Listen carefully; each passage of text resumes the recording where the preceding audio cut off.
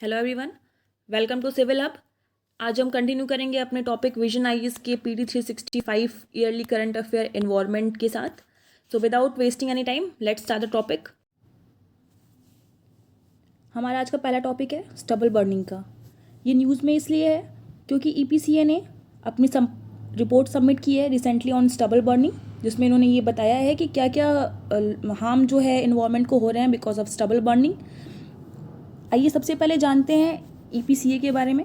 1986 में environmental protection act के तहत इसे कॉन्स्टिट्यूट किया गया था और ये बॉडी एम्पावर है कि अगर कोई भी इंडिविजुअल ऑर्गेनाइजेशन जो है अगर रिपोर्ट करती है किसी भी ऐसी चीज़ के बारे में जो हमारे इन्वायरमेंट को हार्म कर रही है तो उनके ऊपर ये डायरेक्ट एक्शन लेती हैं। स्टबल बर्निंग होती क्या है? देखिए, स्टबल बर्निंग कुछ नहीं, ये एक जो क्रॉप रेसिड्यू रह जाते हैं जैसे कि पैडी हो गया या फिर वीट हो गया, तो जब ये हार्वेस्ट कर लिए जाते हैं तो जो रिमेनिंग्स बचते हैं उनको फार्मर्स क्या करते हैं कि जल्दी से वाइप आउट करने के लिए उसको जलाना ज़्यादा सही समझते हैं, क्योंकि जलाने से क्या है कि वो जल्दी से जल्दी जो है खेतों में एक तो मैन्योर का भी काम करेंगी और उनको बहुत ज़्यादा एफर्ट नहीं अलग से डालना पड़ेगा उन स्टबल्स को खेतों में से हटा के कहीं और रखने के लिए, तो ये उन्हें कंपैरेटिवली ईजी पड़ता है। तो इस वजह से वो क्या करते थे कि खेतों में ही उन सारे स्टबल को जला देते थे, जिसकी वजह से आपको पता है कि काफ़ी हद तक CO2 का इमोशन होता है और दिल्ली के अंदर जो पोल्यूशन देखी जाती है वो मेनली हरियाणा उत्तर प्रदेश में जो स्टबल बर्निंग होती है आफ्टर हार्वेस्टिंग पीरियड के, उनकी वजह से जो है दिल्ली के अंदर पोल्यूशन का लेवल काफ़ी हद तक राइज कर जाता है। देखिए यहाँ पे इन्होंने हाईलाइट किए हुए हैं अपनी रिपोर्ट में कुछ important points reason for stubble burning के। सबसे पहले इन्होंने बताया है कि काफ़ी डिफ़िकल्ट होता है उन स्टबल्स को ग्राउंड से कलेक्ट करके और वहाँ से हटाना, तो जो सबसे इजी वे उन्हें पड़ता है वो होता है बाई बर्निंग दैम। सेकंड है कि Punjab preservation of soil act के तहत जो है पंजाब के अंदर देखिए पैडी की जो हार्वेस्टिंग होती है और उसका प्लांटेशन होता है अलग अलग जगह पे, जैसे उत्तर प्रदेश, पंजाब, हरियाणा, थोड़ा थोड़ा सा 15-20 दिन का जो है इनमें टाइम गैप होता है। कोई 15 दिन पहले की प्लांटेशन अपना कर लेता है, कोई 15 दिन बाद करता है। तो पंजाब में स्पेशली ऐसा बताया गया है कि पंजाब के अंदर जो पैडी की जो चावल की जो प्लांटेशन होती है वो थोड़ी लेट शुरू होती है, जिसकी वजह से उसकी हार्वेस्टिंग भी लेट होती है और जब हार्वेस्टिंग होती है राइस की और नेक्स्ट सोइंग सीजन तब तक आ गया रहता है, तो इसलिए फार्मर्स के पास काफ़ी कम टाइम बचता है कि वो अपने खेतों में से जो स्टबल्स हैं उनको हटाएं प्रॉपरली, क्योंकि उनको तुरंत ही नेक्स्ट अपना जो भी क्रॉप है उसको सो करना रहता है। तो इस वजह से जो वहाँ के फार्मर्स हैं वो स्टबल को जला देते हैं रादर देन उन्हें हटा के या फिर उनको उनका किसी प्रॉपर तरीके से उसको डिस्पोज करने के बजाय। देखिए यहाँ पे इन्होंने कुछ मेथड्स भी सजेस्ट किए हुए हैं लाइक इन सीटू मेजर्स और ex situ measures. In situ measures के अंदर जो स्टबल फील्ड में ही है वहीं पे उनका जो है प्रॉपर तरीके से डिस्पोजल के काफ़ी सारी मशीनरीज निकाली गई है, जैसे कि happy seeder machines, custom hiring centres भी काफ़ी सारे बनाए गए हैं जो कि फार्मर्स को हेल्प करे for that proper disposal of stubbles. And XC2 measures जो दिए गए हैं उसके अंदर लाइक आप वो जो स्टबल्स हैं उसका यूज़ कैटल फीडिंग, मैन्योर की तरह और या फिर बायोमास एनर्जी की रूप में कर सकते हैं। तो ये सारे मेजर्स बताए गए हैं जिनको यूज़ करके आप अपने स्टबल का काफ़ी अच्छे से डिस्पोजल कर सकते हैं। गवर्नमेंट ने कुछ पॉलिसीज़ भी बनाई हुई हैं to address this stubble burning because ये काफ़ी इंपॉर्टेंट इशू है। सबसे पहला है नेशनल ग्रीन ट्रिब्यूनल जो अपना है, जो NGT है अपना, उसने बैन लगा दिया है राजस्थान, उत्तर प्रदेश और हरियाणा, पंजाब के अंदर कि कोई भी इन चारों स्टेट के अंदर जो है अपने भी क्रॉप रेसिड्यू को बर्न नहीं करेगा। उन्होंने एक पॉलिसी फ्रेमवर्क भी निकाला है, national policy for management and crop residue 2017 to prevent the burning residue. Central sector schemes भी चल रही हैं, promotion of agriculture mechanisation for in situ management of crop residue in states like Haryana, Uttar Pradesh and NCT। Supreme court ने भी guidelines जारी की हैं to stop the burning of paddy crop stubbles. Environmental pollution prevention and control authority ने direct किया हुआ है कि दिल्ली, हरियाणा, राजस्थान और उत्तर प्रदेश की गवर्नमेंट जो है एक अपना एक्शन प्लान तैयार करें जिसके तहत वो इस पर्टिकुलर इशू के ऊपर ध्यान दें, स्टबल बर्निंग का जो पर्टिकुलर इशू है, क्योंकि इसकी वजह से काफ़ी हद तक एयर पॉल्यूशन में इंक्रीमेंट देखा जा रहा है। अब इससे कुछ रिलेटेड न्यूज़ जान लेते हैं। पूसा बायोडिकम्पोज़र, ये इंडियन एग्रीकल्चरल रिसर्च इंस्टीट्यूट ने तैयार किया है। ये जो पूसा बायोडिकम्पोज़र है ये बेसिकली जो है लिक्विड सोल्यूशन में जो है जितने भी स्टबल हैं उनको कन्वर्ट कर देगा बाय डिकम्पोजिंग दैम। स्टबल्स को प्रॉपर तरीके से डिकम्पोज कर देगा और उनको एक लिक्विड फॉर्म के तरीके से निकालेगा, सोल्यूशन के तरीके में निकालेगा और उस जो लिक्विड सोल्यूशन है उसको पूरे फील्ड के ऊपर जो है स्प्रे कर देगा, जो कि एक मैन्योर की तरह भी एक्ट करेगा। यहाँ पे सेकेंडली एंटी स्मोक गन भी जो है इंस्टॉल की गई है दिल्ली के अंदर to reduce the air pollution. Green crackers की भी पॉलिसी लाई गई है। ग्रीन क्रैकर्स ऐसे क्रैकर्स बिल्कुल भी बैन है जिनके अंदर लिथियम, आर्सेनिक, बैरियम या फिर लेड के थोड़े से भी कंटेंट पाए जाते हैं, और बिना इन चारों को यूज़ किए हुए जो भी क्रैकर्स बनते हैं उन्हें ग्रीन क्रैकर्स कहते हैं। और एयर पोल्यूशन को कम करने के लिए इसका जो यूटिलाइजेशन है उसको काफ़ी प्रमोट किया जा रहा है। ग्रीन क्रैकर की जो पॉलिसी है उसको काफ़ी प्रमोट किया जा रहा है और इसको डेवलप किया है नेरी ने। नेरी बेसिकली एक साइंटिफिक और इंडस्ट्रियल रिसर्च लैब है जो कि काफ़ी नए नए इनोवेशंस और मेथड लाती है how to control and how to do the sustainable development. अब हमारा जो नेक्स्ट टॉपिक है वो काफ़ी हद तक इम्पॉर्टेंट हो जाता है, specially for UPSC, ground water extraction. ये न्यूज़ में क्यों है? Ministry of Jal Shakti has notified a new guidelines to regulate extraction of ground water. Ground water के एक्सट्रैक्शन के लिए मिनिस्ट्री ऑफ जल शक्ति ने नई गाइडलाइंस जारी की हैं कि कैसे सस्टेनेबल ग्राउंड वाटर का एक्सट्रैक्शन हो। सबसे पहले देखेंगे ग्राउंड वाटर का इंडिया में क्या क्या यूज़ होता है। तो India use the most ground water in the world. Bharat सबसे ज़्यादा ग्राउंड वाटर का उपयोग करता है पूरे विश्व में। 253 billion cubic metre per year के हिसाब से हमारे यहाँ ग्राउंड वाटर की खपत है और ये 25% of global ground water extraction है। मतलब दुनिया का 25% ग्राउंड वाटर हम पर ईयर के हिसाब से यूटिलाइज करते हैं। 90% of annual ground water extraction in India, 90% जो ग्राउंड वाटर है उसमें से सिर्फ 90% जो है अकेले का इरिगेशन और एग्रीकल्चरल एक्टिविटीज़ में यूज़ होता है विद इन इंडिया, और बाकी जो 10% बचता है उसके अंदर हम पीने का पानी, डोमेस्टिक यूज़ और इंडस्ट्रियल यूज़ करते हैं। तो मतलब आप समझ लो कि ग्राउंड वाटर जो इंडिया में है 25% ऑफ टोटल कैपेसिटी जो है इंडिया के पास है, और उसमें 90% जो है सिर्फ एग्रीकल्चरल प्रैक्टिसेस में यूज़ होता है और बाकी 10% जो बचता है उसमें डोमेस्टिक यूज़, ड्रिंकिंग यूज़ और इंडस्ट्रीज़ के लिए जो भी पानी यूज़ किया जाता है, लाइक थर्मल पावर प्लांट हो गया आपका, आयरन और इंडस्ट्रीज़ हो गई, तो यहाँ पे यूटिलाइजेशन होता है उनका। सबसे ज़्यादा जो स्टेट्स हैं जहाँ पे ग्राउंड वाटर का ओवर एक्सप्लॉयटेशन हुआ है, of course Punjab, Haryana, Delhi, western UP, Rajasthan, Gujarat, Karnataka, Andhra Pradesh, Telangana and Tamil Nadu. आप देखोगे स्टार्टिंग के पंजाब हरियाणा में तो क्योंकि एग्रीकल्चरल एक्टिविटीज़ की वजह से ही वहाँ पे ओवर एक्सप्लॉयटेशन हो रहा है। बाकी कर्नाटका, आंध्र प्रदेश, तेलंगाना एंड तमिलनाडु, यहाँ पे भी ग्राउंड वाटर का जो एक्सट्रैक्शन है वो काफ़ी हद तक ओवर एक्सप्लॉयटेड हो चुका है। लाइक आप बैंगलोर में देखो, वहाँ पे बिल्कुल भी ग्राउंड वाटर बचा नहीं रह गया है अब। तो ये सारे जो स्टेट्स हैं ये पूरे ऑल ओवर द इंडिया सबसे ज़्यादा ग्राउंड वाटर के में एक्सप्लॉयटेड स्टेट हैं। अब हम कुछ बात करेंगे यहाँ पे की गाइडलाइंस के बारे में कि क्या की गाइडलाइंस जारी की गई हैं। यहाँ पे एक नो ऑब्जेक्शन सर्टिफिकेट निकाला गया है। नो ऑब्जेक्शन सर्टिफिकेट जो है काफ़ी ज़रूरी है।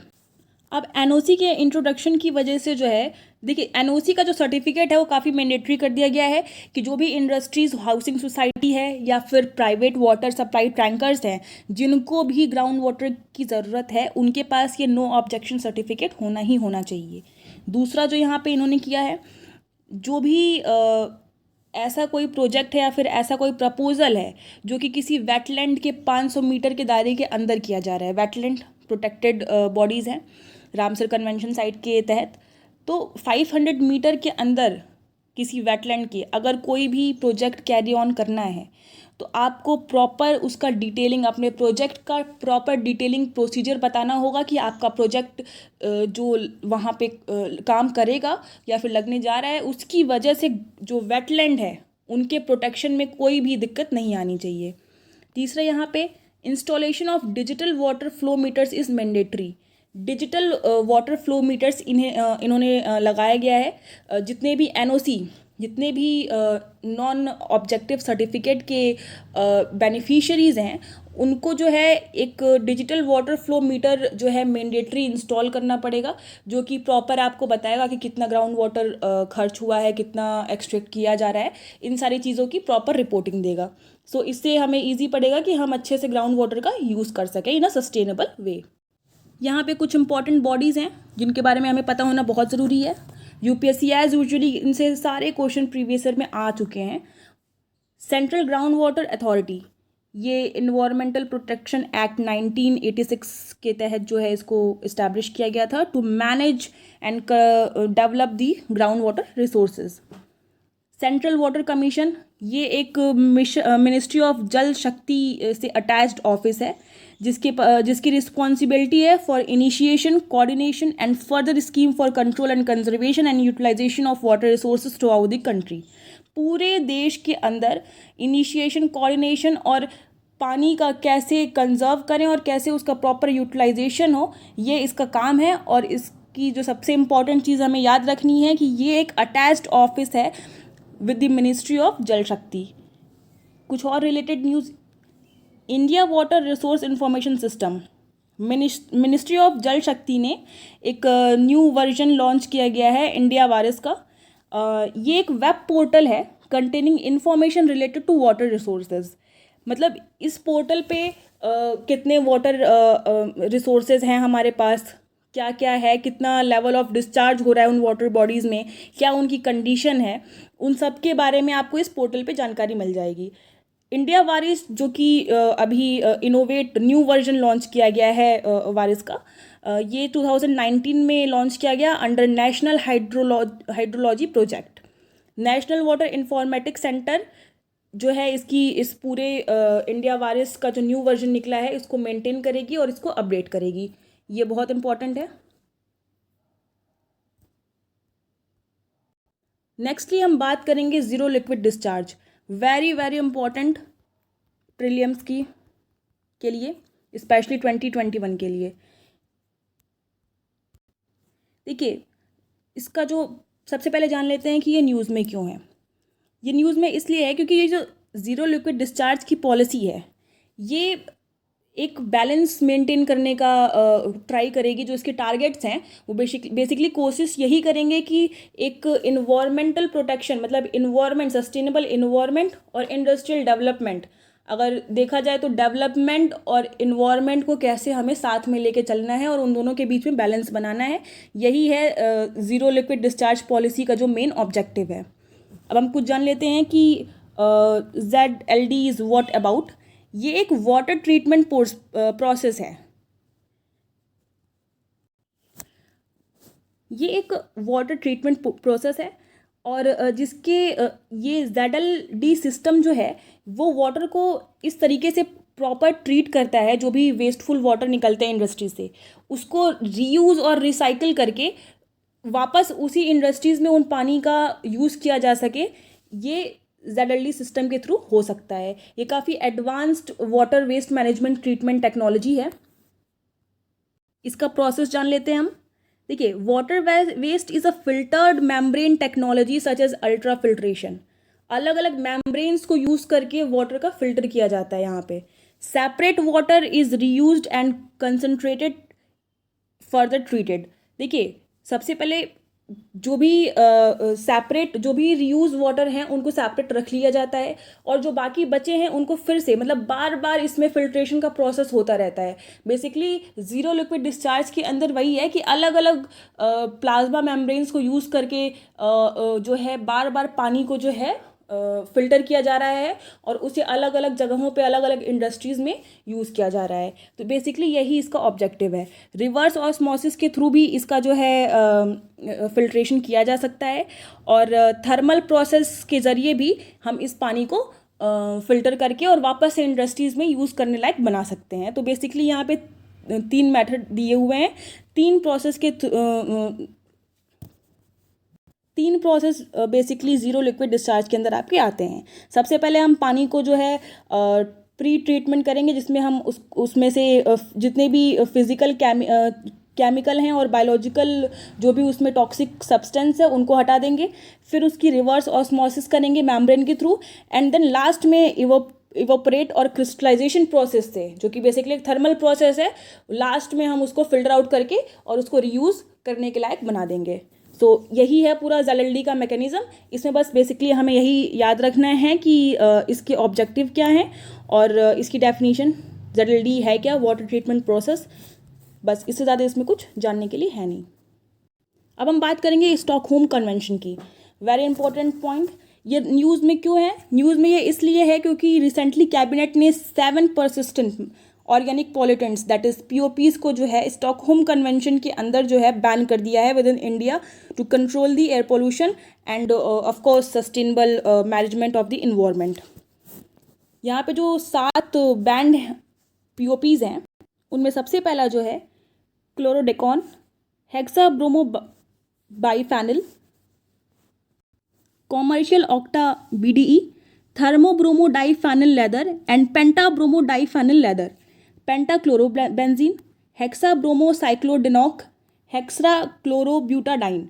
ये जो 7 केमिकल्स हैं, 7 POPs हैं, परसिस्टेंट ऑर्गेनिक पॉल्यूटेंट्स, इन्हें जो है इंडिया में रिसेंटली जो है बैन किया गया है। इस वजह से स्टॉकहोम कन्वेंशन वापस में न्यूज़ में है। और ये जो कन्वेंशन है इसको देखिए किसके साथ इसमें कौन कौन सी मिनिस्ट्रीज़ इन्वॉल्व हैं। सबसे पहले मिनिस्ट्री ऑफ एक्सटर्नल अफेयर और जो दूसरी मिनिस्ट्री है वो ministry of environment, forest and climate change. ये दोनों मिनिस्ट्रीज़ ने मिलकर इस स्टॉकहोम कन्वेंशंस में जो भी चीज़ें हैं उनको ऑपरेट करते हैं। नेक्स्ट यहाँ पे जानना जो ये है, स्टॉकहोम कन्वेंशन है क्या? ये ग्लोबल ट्रीटी है to protect human health and environment from POPs से जो है ह्यूमन की हेल्थ और इन्वायरमेंट को प्रोटेक्ट करना है। मोस्ट इम्पॉर्टेंट चीज़, ये लीगली बाइंडिंग एग्रीमेंट है और इसको जो है 2006 में रेटिफाई किया गया था और मिनिस्ट्री ऑफ इन्वायरमेंट ने काफ़ी सारे रेगुलेशंस बनाए हैं POP के यूज़ को लेके 2018 में। POP are chemical substance that persist in environment for a long period of time. देखिए POP सबसे ज़्यादा मतलब नुकसान क्यों है, इस पे ध्यान क्यों जाना चाहिए? क्योंकि POPs जो हैं वो इन्वायरमेंट में काफ़ी हद तक काफ़ी समय, लंबे समय तक जो है सस्टेन करते हैं। वो इतने आसानी से डिस्ट्रॉय या फिर ख़त्म नहीं हो जाते हैं और उनका जो इम्पैक्ट होता है वो जैसे कि बायो एक्यूमुलेशन, जो हमारी फूड चेन्स हैं, फूड चेन ऑफ कोर्स आप लोगों ने पढ़ा होगा, जो फूड चेन हैं उनमें काफ़ी हद तक जो है इनका प्रभाव देखा जाता है और फूड चेन को काफ़ी हद तक ये अल्टर कर देते हैं, जिसकी वजह से जो है काफ़ी डिस्टर्बेंस नेचर के अंदर और इकोसिस्टम के अंदर आ जाता है और बेसिकली किसी भी कम्युनिटी, जो एक स्पीसीज़ की कम्युनिटी है, उसको भी ये काफ़ी हद तक हार्म कर देता है क्योंकि ये उनके फूड में बायो एक्यूमुलेट कर रहा है, सीधे उनके फूड में इसका एक्यूमुलेशन हो रहा है। तो वो basically next to next energy transition level पे जो है धीरे धीरे बढ़ता ही जा रहा है। तो इस वजह से जो है ये काफ़ी खतरनाक है और इन 7 का जो है 7 POPs और जोड़े गए हैं जो इंडिया में बैन है। जो हार्मफुल डिजीजेज है जो ये ह्यूमन में कॉज कर सकता है, ह्यूमन क्या, ये nervous system, disease of immune system, reproductive disorder and child development, जो इसके 5 सबसे खतरनाक डिजीजेज हैं। नर्वस सिस्टम को डैमेज कर सकता है, इम्यूनिटी सिस्टम को ख़राब कर सकता है या फिर उससे जुड़ी कोई भी बीमारी कॉज कर सकता है, रिप्रोडक्टिव डिसऑर्डर हो सकते हैं और चाइल्ड डेवलपमेंट में काफ़ी हद तक जो है दिक्कत आ सकती है। और यस, कैंसर भी हो सकता है अगर ज़्यादा इन्वायरमेंट में POP हो रहा है या फिर POP के एक्सपोजर में कोई भी इंसान या फिर कोई भी जानवर आ रहा है तो उसको ये सारे खतरे हो सकते हैं। तो इसीलिए स्टॉकहोम कन्वेंशन काफ़ी इम्पॉर्टेंट है और इसीलिए इसको बनाया गया है ताकि सबका ध्यान जो है POPs पे भी जाए, जो कि काफ़ी लंबे समय तक एनवायरनमेंट में सस्टेन करते हैं। नेक्स्ट जो हमारा टॉपिक है वो है एनवायरनमेंट परफॉर्मेंस इंडेक्स। मेन जो इसमें न्यूज़ में क्यों है, रिसेंटली ये रिपोर्ट आई है और ये रिपोर्ट निकालता है येल यूनिवर्सिटी। पूछा जाता है कि कौन से इंडेक्स कौन रिलीज़ करता है, तो ये इम्पॉर्टेंट बन जाता है। वैसे यूपीएससी का तो मुझे का चांसेस कम है, but yes PCS state PCS में ये क्वेश्चन पूछा जा सकता है। यहाँ पे येल यूनिवर्सिटी ये इन्वायरमेंटल परफॉर्मेंस इंडेक्स को निकालती है। ये हर 2 साल में एक बार आता है, बाइनियल इंडेक्स है, जिसमें ये 180 कंट्रीज़ को जो है रैंक करती है 32 क्राइटेरियाज के बेसिस पे हर जो 180 कंट्रीज़ है उनकी परफॉर्मेंस को जज किया जाता है और उसके बेसिस पे उन 180 कंट्रीज़ को रैंक दी जाती है। ये जो क्राइटेरियाज हैं इसमें एयर क्वालिटी कैसी है, सैनिटेशन कैसा है, मेटल्स का यूज़ कैसा है, वेस्ट मैनेजमेंट कैसा है, fisheries, climate change, pollution, warming, resources, agriculture, this all are things. इन सारे क्राइटेरिया पे जो है उनका परफॉर्मेंस एनालाइज किया जाता है और उनके बेसिस पे उन्हें रैंक दी जाती है। इसकी की फाइंडिंग्स क्या है? इंडिया ने 168 रैंक सिक्योर की है, कंपेयर टू 177 थी हमारी 2018 में, मतलब हमारी रैंक जो है थोड़ी सी बढ़ी है 12th एडिशन में। तो अब जो है हमारी 168th रैंक है। 2018 में जो है ये 177 थी, तो हम कुछ हद तक तो अपग्रेड किए ही हैं। ये चीज़ बहुत ध्यान देनी है। और India is scored below the regional average score on all 5 की पैरामीटर्स ऑन इन्वायरमेंट हेल्थ। तो हम देखा जाए तो बहुत ज़्यादा भी कोई अच्छा स्कोर रहा नहीं है इंडिया का, क्योंकि हमने एवरेज से भी कम स्कोर पाया है। दो हमारी थोड़ी सी 177 में 168 गई है, बट यहाँ पे ये भी देखने वाली बात है कि 180 में से 168, तो आप जज कर सकते हो कि क्या रैंक हो सकती है। और ऑब्वियसली हमारे यहाँ प्रॉब्लम्स तो हैं ही, एयर पोल्यूशन, दिल्ली का हाल आप जानते ही हो, वाटर की इतनी स्कैरसिटी हो चुकी है, ओवर एक्सप्लॉयटेशन हो रहा है वाटर का, कार्बन एमिशन बहुत ज़्यादा हो रही हैं, क्योंकि हम एक डेवलप्ड कंट्रीज़ भी हैं और बिकॉज ऑफ हाई डेंसिटी भी है हमारे कंट्रीज़ में, तो इन्वायरमेंट की प्रॉब्लम काफ़ी हद तक है इंडिया में। अब अगर देखा जाए कि साउथ एशियन कंट्रीज़ में अफ़गानिस्तान को छोड़ के इंडिया सबसे आगे है। बस अफ़गानिस्तान एक ऐसी कंट्री है जो इंडिया से आगे है, otherwise India like Nepal, Bhutan, Bangladesh, इन सब से ऊपरी रैंक में है। यहाँ पे जो लास्ट पॉइंट है, according to index India need to redouble national sustainable effort. अभी जो हम एफर्ट लगा रहे हैं, इस रिपोर्ट का यही कहना है, जो इसने एक सजेशन दिया हुआ है इंडिया को, कि आप अपनी जितनी भी पॉलिसीज़ या फिर जितने भी एफर्ट लगा रहे हो, आपको उसको डबल करने की ज़रूरत है in order to improve your air quality, water quality, biodiversity and climate change, इन सबको इम्प्रूव करने के लिए। So this is all for today. Hope you like the video and thank you so much for giving your time, and I hope that it will be useful for you, and thank you so much. Please like, subscribe and share the channel.